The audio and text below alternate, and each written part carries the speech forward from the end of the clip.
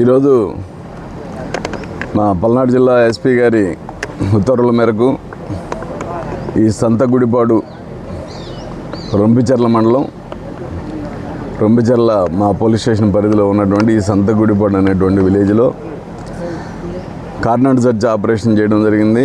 సుమారు 100 మంది పోలీసులతోటి including officers ప్రతి ఇల్లు కూడా సెర్చ్ చేయడం జరిగింది. ఇందులో భాగంగా 35 2 వీలర్స్ రికార్డ్లెస్ వెహికల్స్ అలాగే 2 ఆటోలు సీజ్ చేయడం జరిగింది. ఈ రికార్డ్లెస్ 2 వీలర్స్ వెహికల్స్ కొంతమందికి రికార్డ్స్ ఉన్నాయంటున్నారు, వెరిఫై చేసి పంపిస్తాం.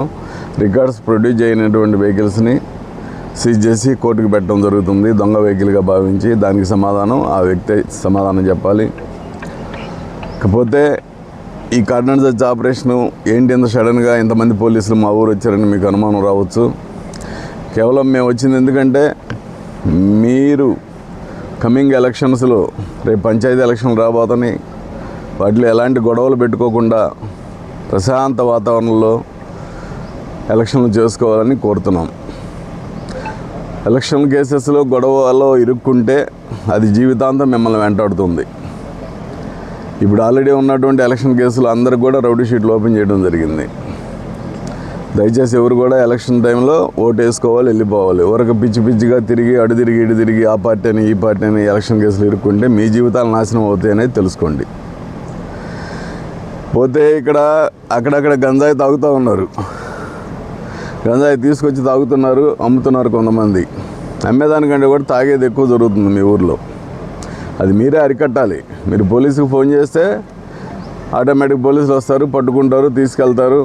ఆ తాగే వాళ్ళకి కౌన్సిలింగ్ చేయడము, అవసరమైతే జైలుకి పంపించడం జరిగింది. అప్పుడు ఆగిపోయిద్ది. మీరేం పట్టించుకోకపోతే రేపు మీ పిల్లోడి దగ్గరకు కూడా వస్తుంది. అది మీ దాకా వస్తుంది, మీ పిల్లల దగ్గరికి వస్తుంది. మీ పిల్లలు చదివే ఈ స్కూల్కి కూడా వస్తుంది. ఈ స్కూల్లో 10th క్లాస్ చదివే పిల్లలు కూడా తాగుతారు. వాళ్ళకి అందితే ఆటోమేటిక్గా చెడు అలవాట్లకి వెంటనే బానిస అవుతారు. కాబట్టి అది అందకుండా చేయాల్సిన బాధ్యత మా మీద ఉంది. అందుకు మీరు సహకరిస్తే ఖచ్చితంగా చేస్తాం. మీరందరూ ఇన్ఫర్మేషన్ ఇవ్వాలి. ఊర్లో ఏది జరిగినా ఒక గంజాయే కాదు, ఏ బ్యాడ్ హ్యాబిట్స్, ముఖ్యంగా గ్యాంబ్లింగ్ ఆడుతూ ఉంటారు.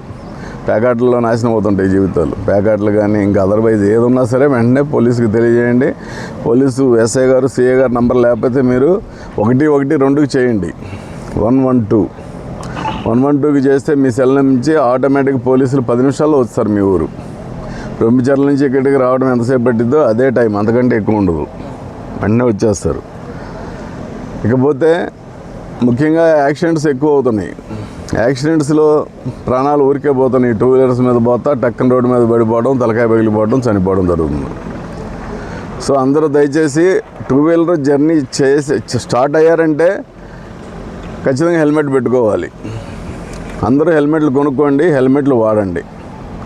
దయచేసి హెల్మెట్ లేకుండా 2 వీలర్ డ్రైవ్ చేయొద్దని పోలీస్ శాఖ తరఫున మిమ్మల్ని అందరినీ విన్నవిస్తున్నాం.